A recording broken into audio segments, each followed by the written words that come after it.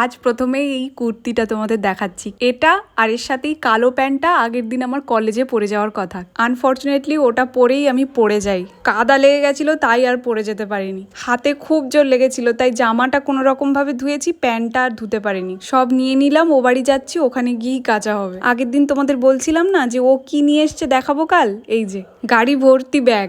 বাড়ি গিয়ে খুলে দেখাবো, তাহলেই বুঝতে পারবে যে ও কি কাজ করে। দেখো, তোমরা আগের দিন অনেকেই কমেন্ট করেছো যে দিদি কলেজে এরকম একটা দিনে তুমি এমন জামা পরে গেলে। বারুইপুরে ওয়ার্ড্রব নেই তোমরা জানো, তাই এখানে না তেমন জামা কাপড় আমি রাখি না। সেদিন কলেজে আমার কাছে ওইটা পরা ছাড়া আর কোনো অপশন ছিল না। আমার নিজেরই খারাপ লাগছিল সবাই যখন শাড়ি কুর্তি পরেছিল। কি আর করা যাবে, একটু মানিয়ে নিও। ওর একটা ফোন আর ইলেকট্রনিক্সের দোকান আছে। পুজোয় যে যা কিনবে তার সাথে একটা করে ব্যাগ গিফট করতে চায়। এই লোগোটা কিন্তু ওরই তৈরি। কি দারুণ না? তোমাদের কেমন লাগলো জানিও। চলো সবাই ভালো থাকো, সুস্থ থাকো। আজকে তাহলে আসি, দেখা হচ্ছে কাল।